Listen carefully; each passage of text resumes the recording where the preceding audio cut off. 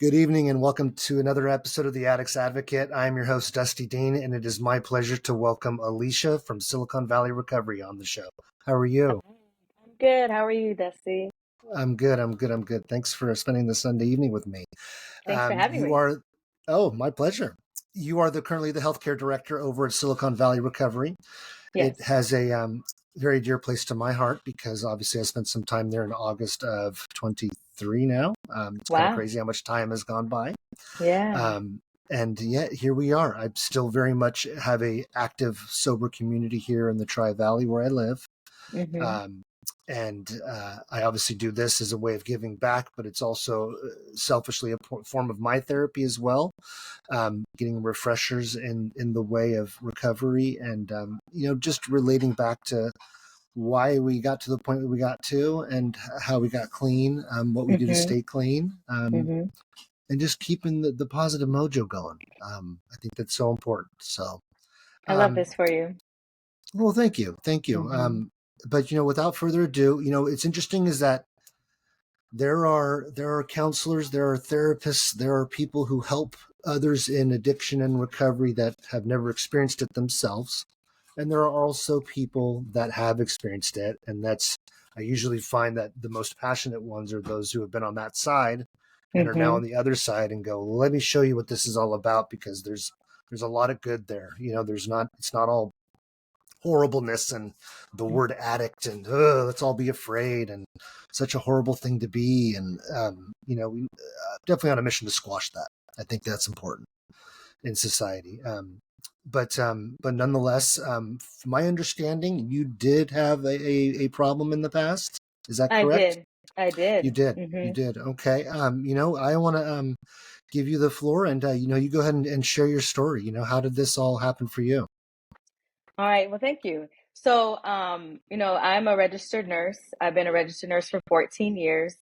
And my addiction started with pills, prescription medication. I had some plastic surgery done, and the opiates that they prescribed, I just kept using them. And once the doctor cut me off, I started buying them on the street. And for me, that word addict was like, like the devil, like, oh my God, like I could never be that.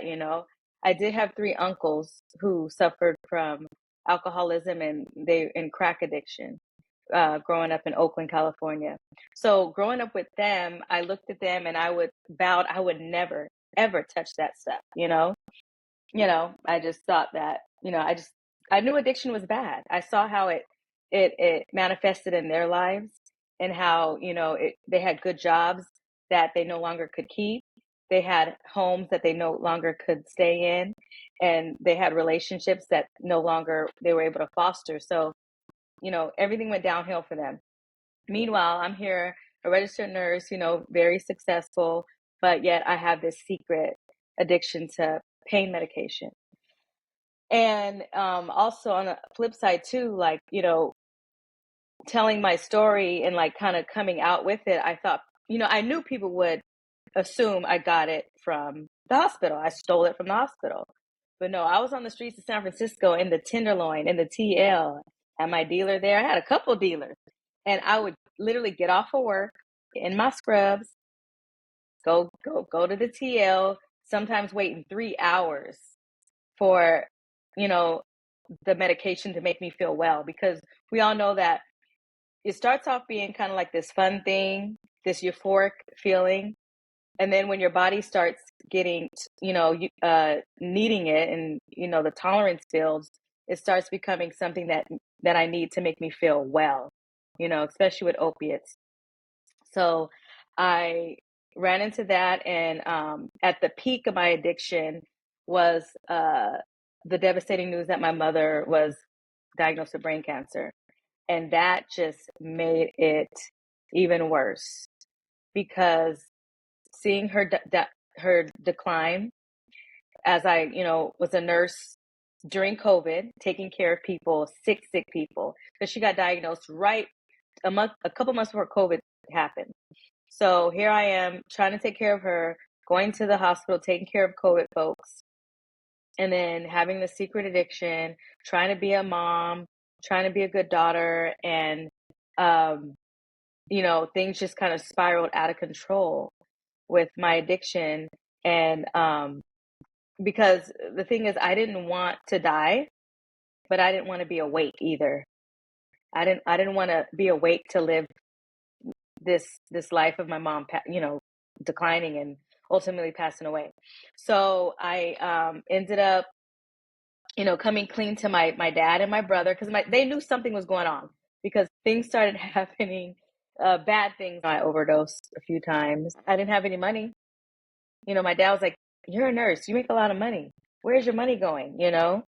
And so I had got into a car crash, like all these things started happening. And I couldn't show up to take care of my mother anymore because I was sleeping. I was taking medication to sleep because like I said, I didn't want to die, but I didn't want to be awake either. So the opiates just kind of made me sleep through my life. I said, you gotta get it together. You gotta get it together. So my dad found John Muir Hospital, where I detoxed at. And through John Muir, they said, you need to, go into a program. I didn't know anything about rehab. I didn't know. I was like, okay. So I did I went to Silicon Valley Recovery, SDR, and they had just opened. So I was kind of one of their first clients. And the CEO, Sonia, she was like, "Oh, once you get clean, you get some clean time under your belt, you could be a nurse here." And I was like, "Okay." She said, "You literally could be the director of our Incidental Medical Services Department, our IMS. That's where we do the medication and the detoxing." And I just thought she was just being cute and nice, and like, just being a nice person and saying nice things about me. But, my higher power, God, had a plan. And so I got clean, and I got some clean time under my belt. I kept in touch with SDR, and I did relapse before getting completely clean. Now I have almost going on over 2.5 years. But once I got it together after my relapse, I kept in touch with them, and I came back as one of their nurses, and ultimately becoming the director of healthcare of the Incidental Medical Services. So that's pretty much my story. But in the meantime while I was in treatment, because I had to go to LA for rehab, I stayed there for 8 months because I knew I knew that I had to get this right. I had nowhere to mess up. I had to get it right. So I stayed as long as I could, got a lot of recovery time under my belt. But in the meantime, my mother did pass away. And so I knew that rehab and being in a sober living was where I needed to be while I was grieving the loss of my mom.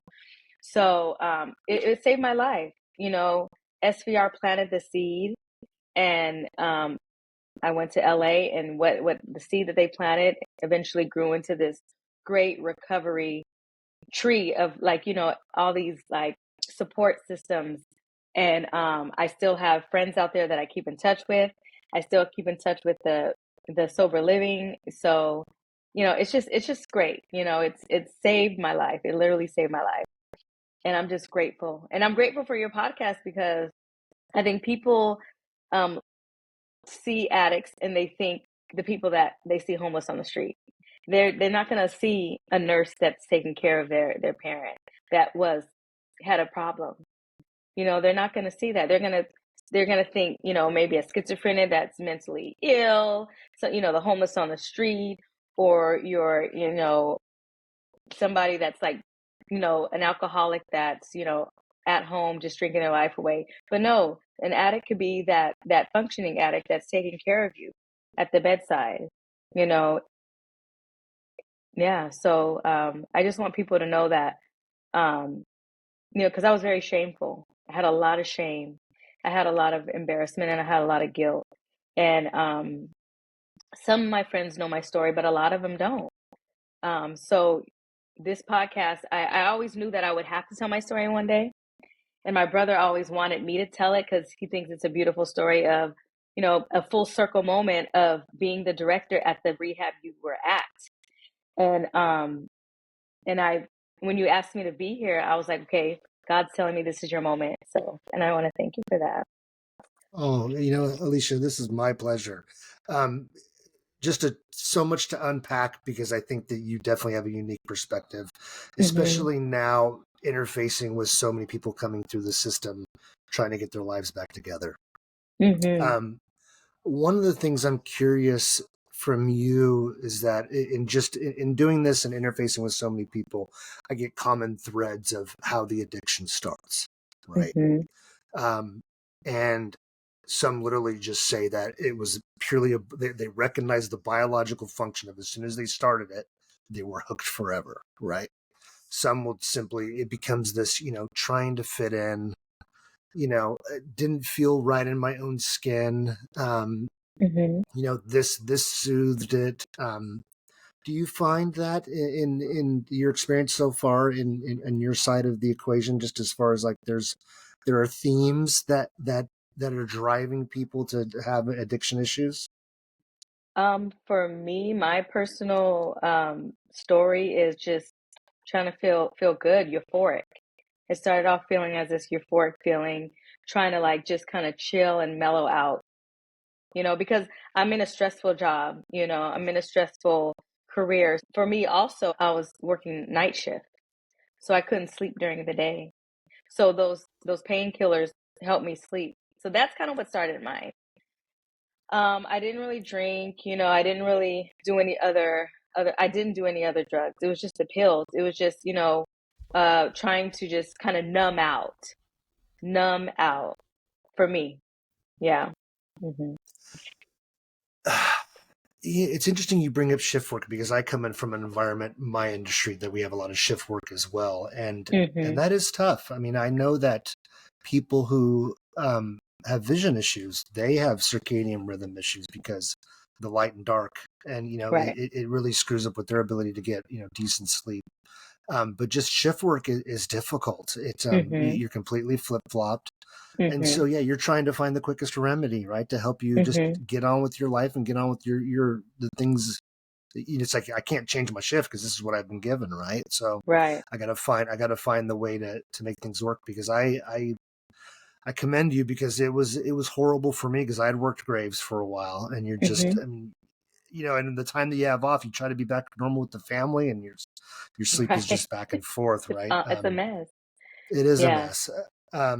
And so I wonder if there's a statistic where shift workers are a little bit maybe more leaning towards that tendency to develop addiction issues because of that reason.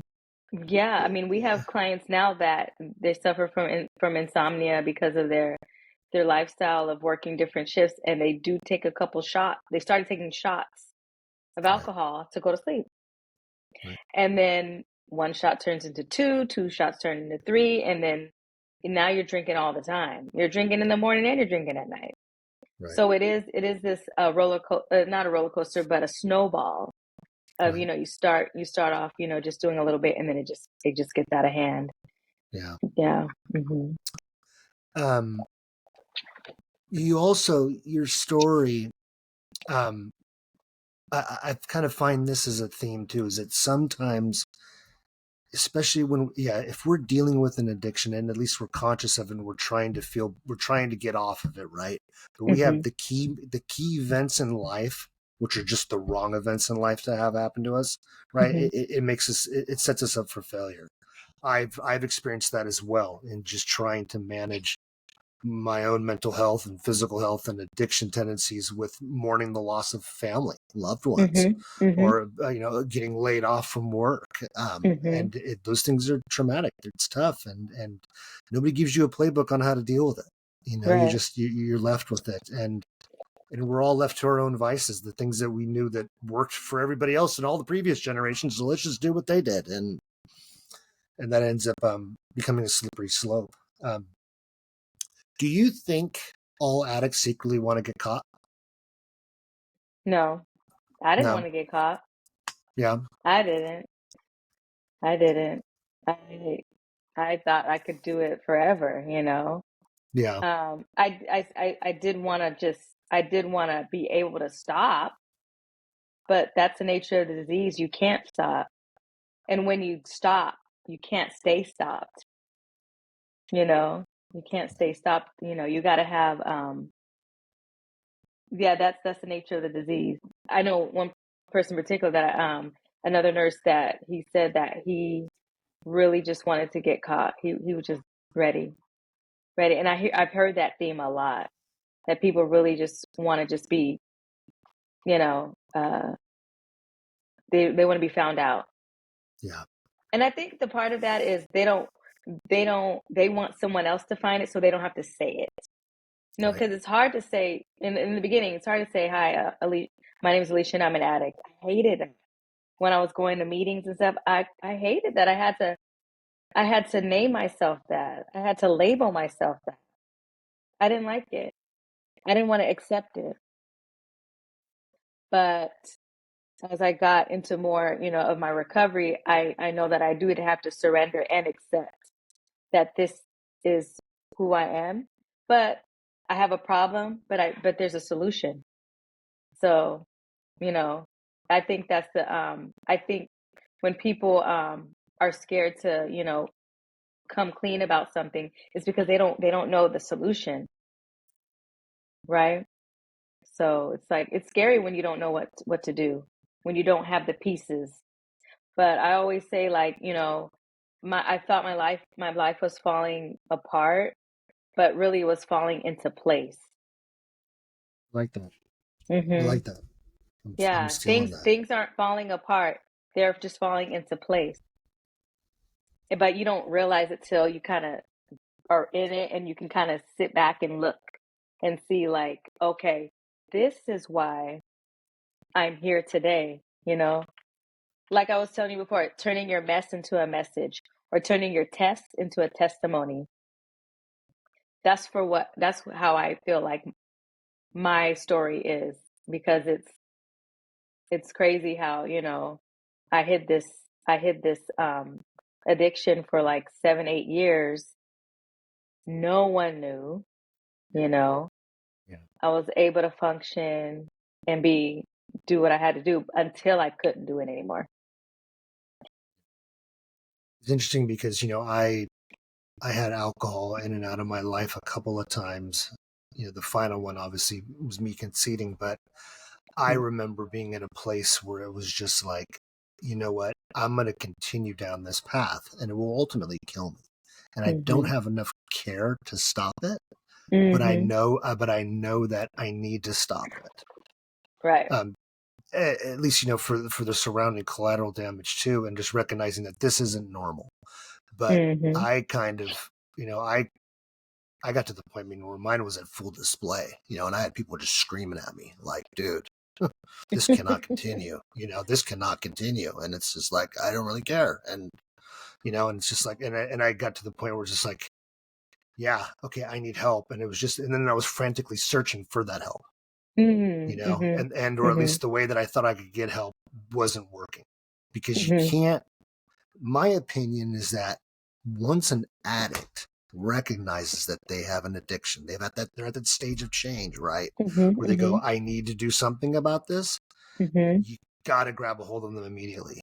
And Mhm. Mhm. you can't sit there and go, okay, well, let's get you an appointment for the doctor this week, maybe get you in to see, and we'll find you a psychiatrist over the next couple of weeks. No, No. now, go. You got to go Yep. now, because they're in the process of self-destruction. Right. Mhm. Um, and yeah, I think that's and it's interesting that you say that, this message to a message and Mhm. this test to a testimony. One of the reasons why I got this going was I heard a great quote that had said, you were best positioned to serve the person you once were. Mm. And I was like, oh, I'm Mhm. like, Mhm. I gained so much through that process that it was like, I wish, if a lot of people knew about this, that would be powerful, Right. because it would just change perception. It would change, people acting quicker on their addiction issues, Right. And then also less. like people recognizing, like, like my family didn't really recognize things until it got really bad. Um and so I think, your podcast, just people telling their stories, it can help, family members too, see that, oh Right, wow, that kind of sounds similar to, my son or daughter, or my right, niece or nephew. right. And So, that is one of the things that I've been working on. Is I've been trying to. I want to make sure that we convey that message correctly to those that are from the outside looking in. You know, somebody who's dealing with someone that they know is, you know, Uncle Joe's in and out of our lives because he goes on benders, and he, you know, or, you know, I've got a nephew who's fallen into some, you know, bad crowds, and you know, any way, shape, and form, you know, with the notion that, I mean, unfortunately, these things have to be in arm's length, right? We have to take care of ourselves if we don't take care of anybody else, and right, so there's, you know, there's ways in which I think you can tread, right? I mean, you don't want to discourage, right? You don't want to frighten off, you know, someone who's even contemplating, you know, seeking help. So yeah, I think that's forever the I think that's going to forever be the struggle. Yeah, we're just opening up the, you know, opening up the conversation. You know, even Right. if, you know, Right. it's just kind of like when you leave the door cracked open, you Right. know, it's Yeah, you kind of, know, and it kind of helps. Yeah. yeah, and I think that the biggest hurdle becomes, you know, it's immediately this, you know, I'm being judged. You know, I've got my family. They say they're concerned about me, but now they're just looking at me because they think I'm a shitty person because I'm dealing with this addiction, right? And it's, you know, it's I think the first words that come out of family members' mouths is so impactful on getting them to continue on the path the right way. Um, I and so yeah, so I think that there's definitely framework that needs to be continue to be developed, I think, for those that, because that's the thing for me. That's why we're doing this, right? It's like, how can we sit there and go, hey, it's okay, we get it, we love you. This is something that's just happened. It's not who you are. It's something that you're managing in your life, right? Right. It's like what So they, yeah, it's like we aren't bad people. We just made bad choices. yeah, yeah, That's what it is. and now we have something that's gotten a hold of us that we can't get unheld, you know, that we can't let it go of us, you know. And so what Right. do we do, right? Did you have triggers after, you know, when you got clean? What sort of I triggers have? did. So I still have triggers of like, because I remember like moments in my life, in my addiction where I would listen to the same songs, and when they come on, right, Yeah. like now, I'm like, it brings me back to that time, and I have to change the song. I don't want to hear it because it brings me back to that time period. You know, when I was driving, you know, going to San Francisco or something, and I would play my song. So songs, thinking about certain people that I used to hang with that, you know, I had to block and, you know, get out of my life, you know. And there's this commercial that it's a commercial about an addiction place that used to come on late night. And when I see that, it kind of triggers because I used to see that commercial when I was in my addiction and want to call them so bad.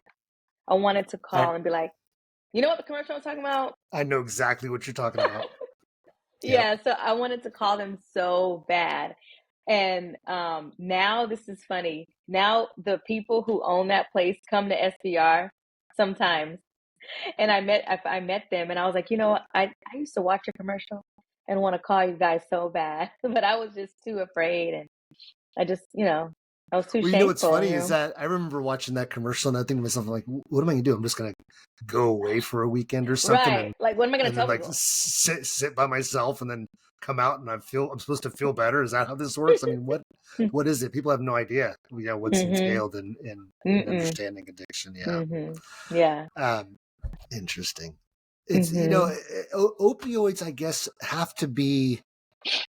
I mean, I guess from the, you know, it's because it's not like alcohol, right? Alcohol, you know, it's definitely very much, you know, people place thing, you know. I mean, Mm-hmm. you know, events, right? Right. Simply It's going out to everywhere. It's dinner. everywhere.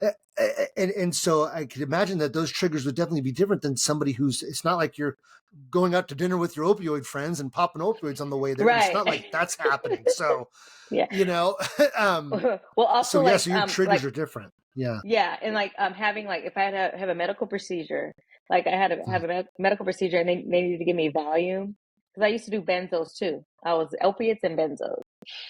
And I was like, oh my God, like if I take this, am I gonna like instantly want some more and like want to like keep doing it Right. like I used to? So that was pretty hard. And also like I get anxiety about like future, if I have like, I need a procedure for something, because, we're going to get, oh, I may need a hip replacement one day or, so it's Right. like, I'm like, okay, what am I going to do? Is it going to trigger me if I have to take some pain medication? Is it going to trigger me to want more? So, those are definitely like things that I future trip on, I think about, Right. but I just try to, I just know that I have people around me that will help me through that.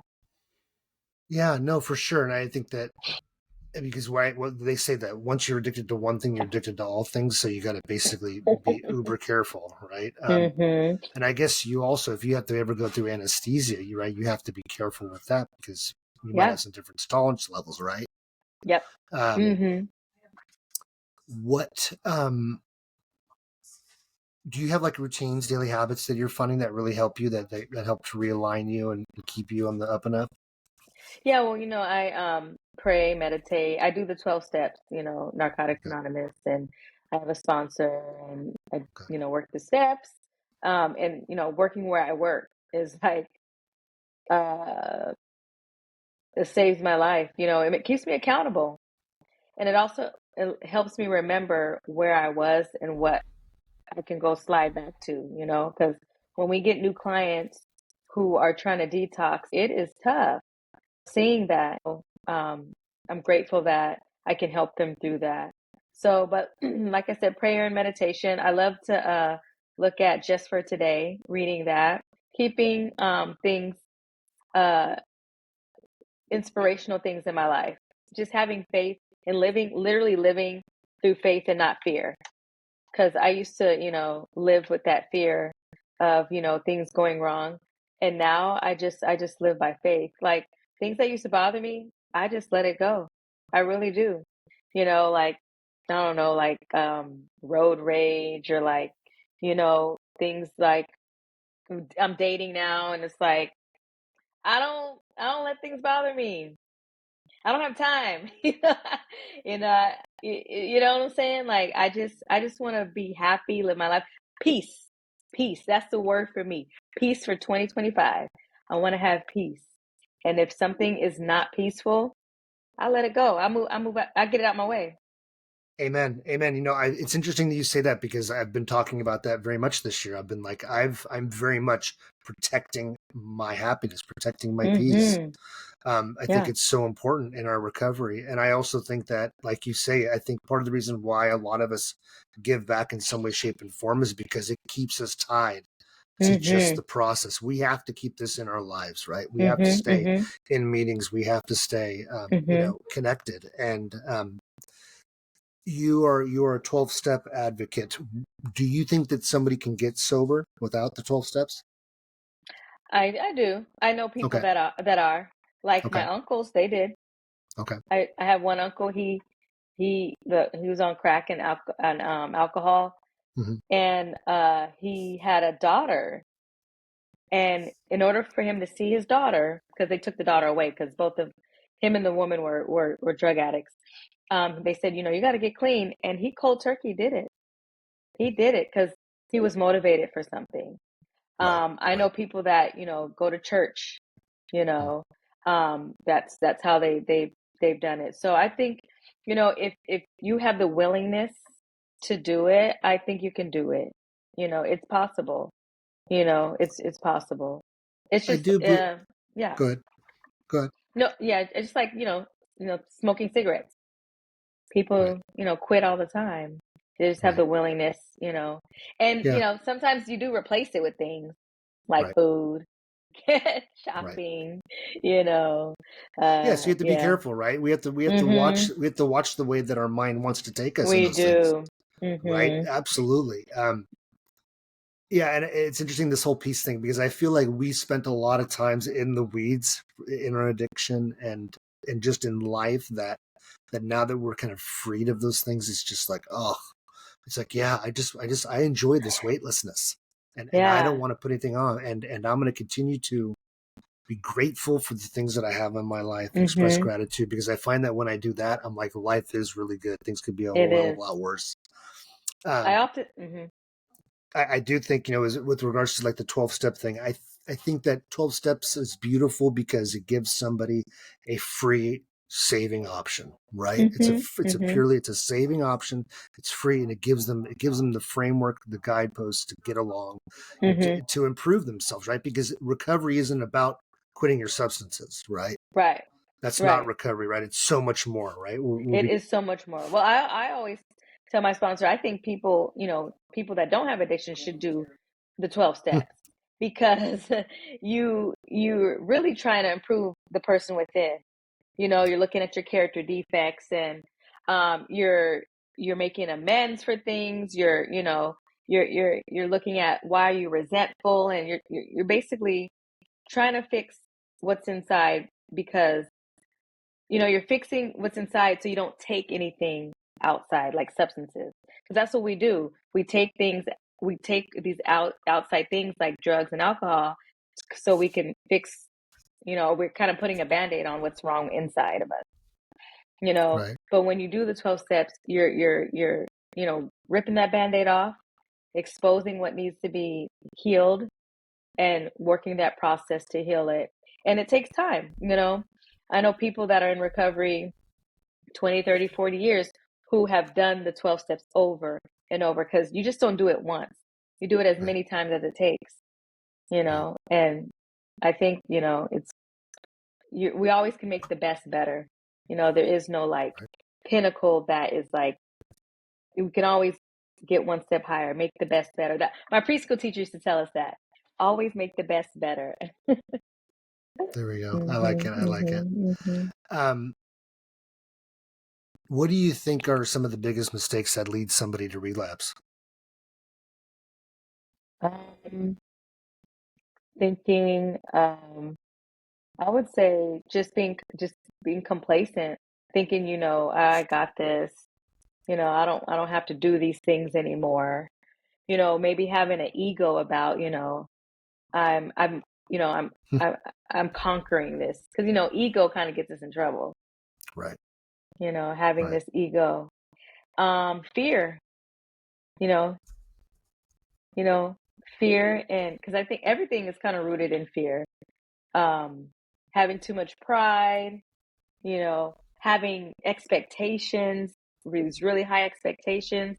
And when Mm, people let you mm. down, you're gonna wallow in your sorrow and getting the fuck it's like fuck it, you know, getting the fuck it and just Yeah, like, recovery's messy, right? Recovery's mm-hmm, messy. And yeah, yeah, for us to put too much on ourselves in this process, we are setting ourselves up for failure. I find that, yeah, if you didn't use, hey, hmm, that's the victory, right? yeah, Start there. yeah, Everything else one day there at a is, time. yeah. Hmm. I like what you're saying because I agree with you. Complacency, ego, Hmm. fear fear is interesting because it's kind of like what we talked about. Somebody that wants to get clean. It's like go now, now, now, go, go, go. Because I can imagine that because I know that I've done it in the past. You do your own little mini. Well, let's just test. I'll do a little mini detox and see how well I do, right? And Yeah, you might get a couple of days, right? And then all of a sudden you're like, nope, not happening, right? right. Um, and so there's fear, right? People will be like, well, I've stopped taking opioids for a day and I can't even function, right? And I'm Right. afraid of which way my body, my health is deteriorating, right? Yeah. Hmm. Um, Hmm. so I can appreciate how that would scare somebody. And that's the thing is that you have to let the cat out of the bag, right? And so I Yeah. gotta tell someone. I gotta You tell gotta. someone. And that fear of like being exposed, Hmm. because, I used alone. I didn't have no party people where I was popping pills with people. I used in my bedroom all alone. So it was this really dark, nasty secret. And that fear was like, ugh, like so, so heavy. It was so, so heavy. Yeah, Yeah. yeah. So do you think self will has a part in all of this? I don't know. That's a hard one for me. It is a tough because one. because I've been taught in recovery that it's all my higher power has done this for me, praying for it and stuff. But I have to myself have to accept and surrender. So that's the part that where I come in at. And then I feel like after you accept and surrender and, ask God to remove all these things, then that's when, when your higher power comes in. So I think self-will is part of it, because we have to take accountability, Right. we Right. have to take accountability. We just can't say, oh yeah, I was born with this disease. Yeah, I was, but now I have a choice, You're not a diabetic and go, I'm going to continue to eat a whole bunch of sugar and not take Right, my insulin. It doesn't make any exactly. sense. Yeah. Yeah, yeah, Yeah. yeah. Like, because no one ever died because they detox from opiates. Now, alcohol's different. Alcohol's very dangerous when you detox. But I'm just saying, like, the symptoms you get from trying to stop, the anxiety, the depression, that can be a slippery slope. But, with medication management, you can get through it. But it's just like, you have to you have to get out of your head and allow God to just help you through that. But it's like I said, it's back to the fear. The fear of just, feeling all those feelings that come with getting off of drugs and alcohol, because there's a reason why people are doing those things. It starts off, like, for me, like I said, I feel it starts off as being like a party, being Yeah. For some, euphoric for and sure. Yeah. fun, but eventually it's just kind of like people tend to start isolating themselves, and it just becomes like, just you're using it just to feel normal, so Right. you don't get the shakes, Right. so you don't feel like crap and body aches and diarrhea and like, opiate detox is crazy. You like have tears running down your face, you're yawning constantly. It's crazy. I don't know Hmm. why, but that's real. That's what happens. Hmm. cramps Interesting. cramps, body aches, bad anxiety, really bad anxiety. Hmm. So that's why I think people go back to it, because you don't want to feel anxious. Feeling anxious Right. sucks, Right. Right. Yeah. No, for So, sure. mhm. Um, in talking about, I guess, just like the 21st century attempt, right, to help in addiction, right? I know that there are differences of opinions, especially when you look at someone who's maybe 1980s sober from AA versus somebody who's 2020 sober through SVR, and and is now has their own aftercare system that they're using, right, or something. Because I know that there's a lot of roughnecking that takes place. There's a lot of, and so what ends up happening, right, is you go into a meeting scared, shy, timid, beaten down, broken, and then you have someone that's that might be a little abrasive with you and has toughed it out. So I think the whole white knuckling approach, we know, just doesn't work. And Yeah. and if you're just trying to stop substance abuse, substance use, and you're not dealing with the difficulties or the struggles, the weaknesses in your life, you're always going to fail. There's this notion that that even now, like in the industry, it's sometimes it's a vicious cycle. You're not going to get out of it, right? Like even if you get detoxed, right, you get sober, right, you'll be back, right? And do you think that that's truly a function of the disease, or do you think it's a function of the way that we're addressing this issue still? About like just like constant, like chronic relapsers. Yeah. I mean, and I have no data, no statistics. I don't know what sort of experience that you've seen, but I guess with the things that are working now in the environment, what do you think are the key things that need to continue to be developed in order for someone to maintain success in sobriety? Maintaining a support system. And I think really for me, the key for my success was my family was in it with me. They went to these meetings too, like meetings for families with addicts, so they can figure out what their role was in it. I think people, when they're trying to do it all alone, you don't have accountability. Then you tend to have people who are going to enable you, who are going to co-sign your bullshit, who are going to be codependent. So I think, you know, people who probably are chronic relapsers don't have that support of people who are gonna, you know, figure out how to support them without enabling them, Mhm. you know. Um, and uh, I think we need to have more, like society needs to learn that it's just not a 30-day thing, it's a lifetime thing. And also the people who are addicts and alcoholics, a lot of clients that we get, they think they can just come. I was one of those. I come for 30 days and go back to work. And that's not how it is. It's really finding an aftercare plan, okay?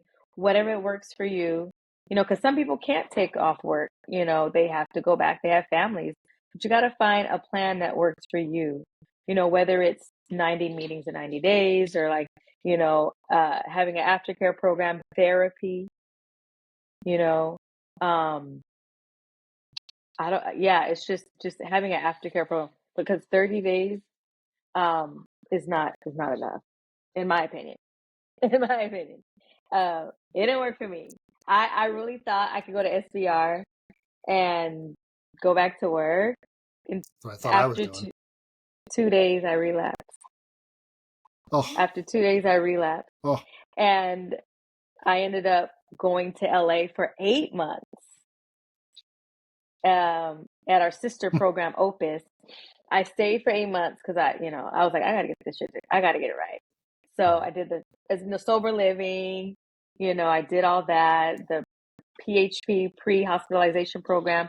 I did an intensive outpatient program and then an outpatient program. That's what I had to do. Everybody may not need that, but if you need to have a solid aftercare plan. And I think, you know, people just there's just there's not enough resources either. You know, there's not enough resources. Insurance companies are paying less and less. They're not they're not looking at this as, you know, a crisis or epidemic. Although they say on the news, oh my God, the fentanyl epidemic. But what are we doing?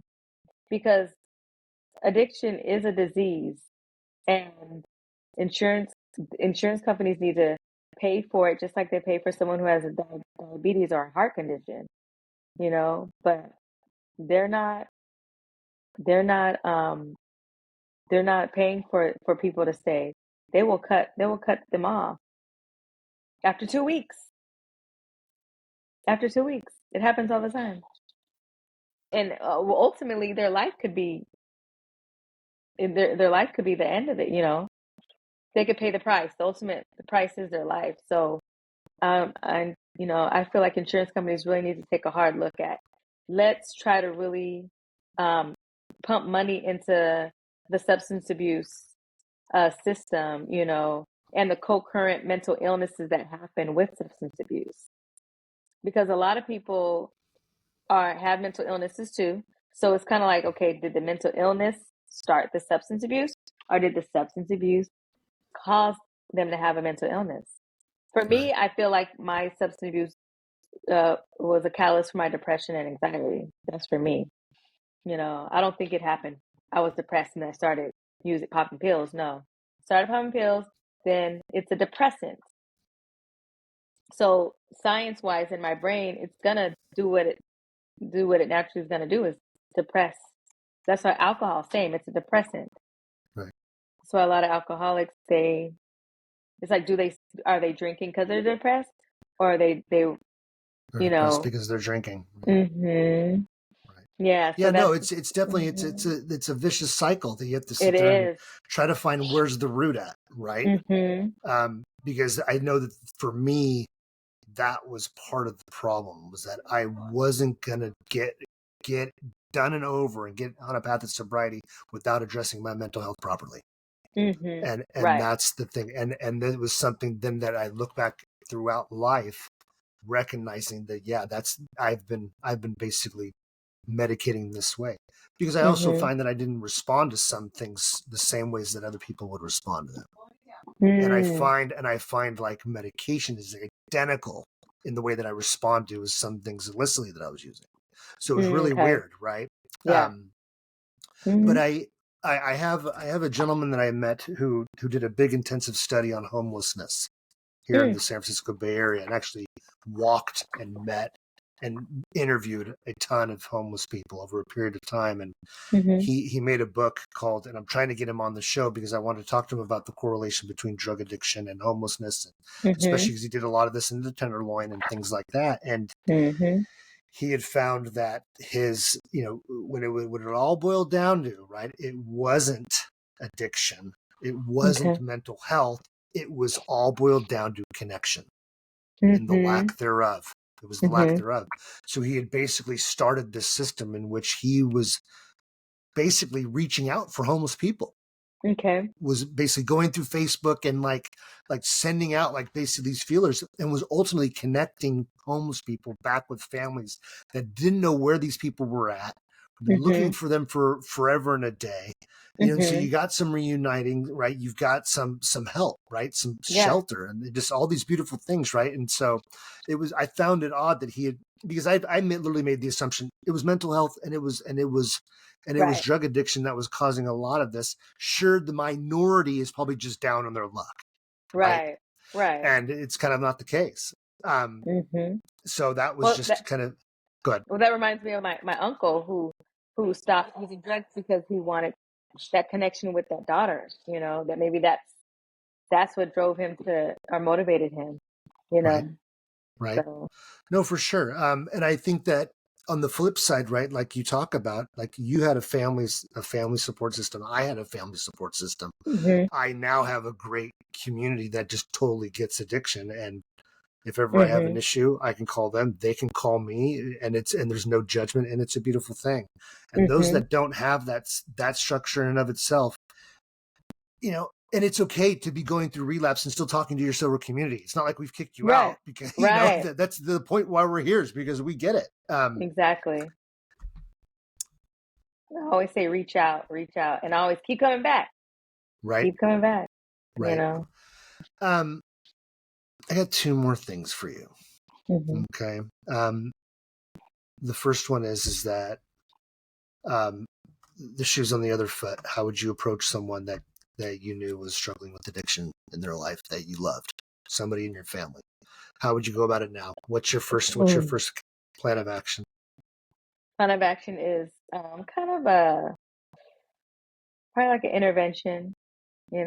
I would, I definitely don't want to shame them. I want to come at them with love and understanding, because I know how it feels. So, but shaming them, not going to do that, but just come with love and understanding, and allow them to tell me, to open up to me, because ultimately it has to be their choice, right? It has to be their choice. So I would just give them the space and make sure it's a safe space for them to open up to me, and come clean about what's going on, and give them some resources. Like, okay, would you like to do this? Would you like to do that? I can, take you here or there.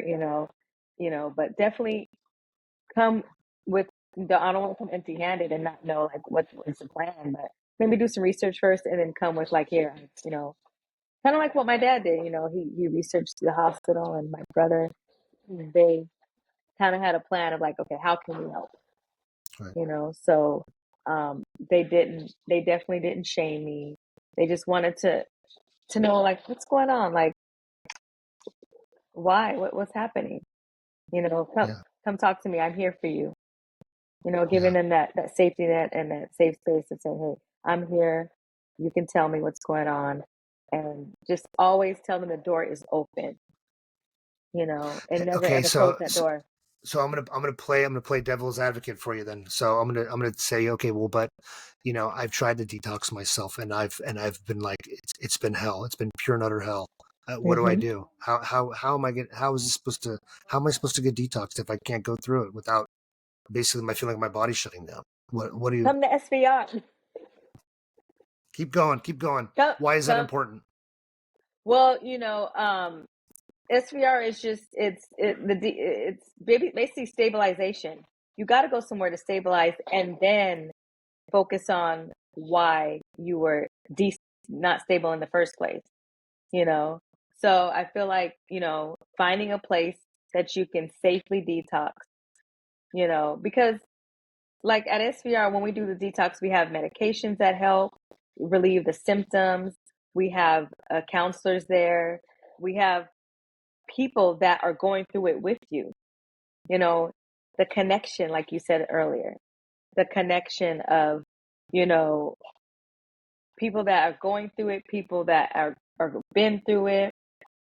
And so I think that's important to find a place like Silicon Valley Recovery where you can um, get loved on, while you're feeling like the shittiest. And it's Right. like, wow, they really love me when I don't even love myself. That's really what happens. And we really genuinely do, because a lot of people at SVR are in recovery. So we've been there. We've been at the bottom of the barrel. I tell my clients, we have a new client orientation. And I tell them, I was sitting right across from you. I detoxed in room 6. I tell them, and I said, I was on the same medication you're on. So I know exactly how you feel, and I think it's important to have that connection, have that, that person that just kind of gets you, Right. because when you hear it from somebody who ain't been through it, you're like, you don't know what I'm going through. You don't know what I'm going through. You just blowing Right. smoke up my ass, Right. But when you hear it from somebody who literally has been through it, it's like, okay, I can trust this. I can trust this person to help me through this process. Right. Oh. Is there anything else that you wanted to talk about? I just was reflecting on my time at SVR and knowing that, taking a substance out made me feel like I was going through grief. I don't know if you felt that way, getting alcohol out your life, but I was mourning. I was mourning this thing. I was grieving this Right. thing that was tearing up my life, Hmm. literally crying tears, Like I was telling my counselor um, had me write a letter. Well, she said, you need to write a letter saying goodbye to drugs, goodbye to drugs and alcohol. And I told him, I don't want to write it. I don't want to say goodbye. I want to say see you later. I want to say see you later, because I thought that I could be able to. Sorry, my dog. He's barking at nothing. I thought that I could say see you later, but after I relapsed, I really got in my head like, no, I really have to do what I got to do to stay away from this stuff. So grieving through that, having hopelessness and fear and that loss, I replaced all those things with gratitude, hope. I felt saved. I felt safe. I felt alive. I felt renewed. All those negative things, I turned them into assets. So, and positive affirmations. So, anybody that's struggling, um, just know that, tell on yourself. I know it's hard, but you just got to tell on yourself. Ask for help. Just plain and simple. Just ask for help. Well said, Alicia. Mm-hmm. In segueing and finalizing this, closing out our conversation, I agree with you. For me, what was interesting was that in saying, in mourning the loss of this relationship I had with this thing, right? As Mm-hmm. weird as it is, but you do have to kind of go Mm-hmm. through that. I Yeah. also had a tremendous amount of grief that I'd never addressed. That once I Mm-hmm. got rid of the substance, all that grief showed up. And as painful as that was, as overwhelming as that was, it was a necessary, important, beautiful thing, because I was able to close that part of my life. I was able to Wonderful. go through the process of grieving that.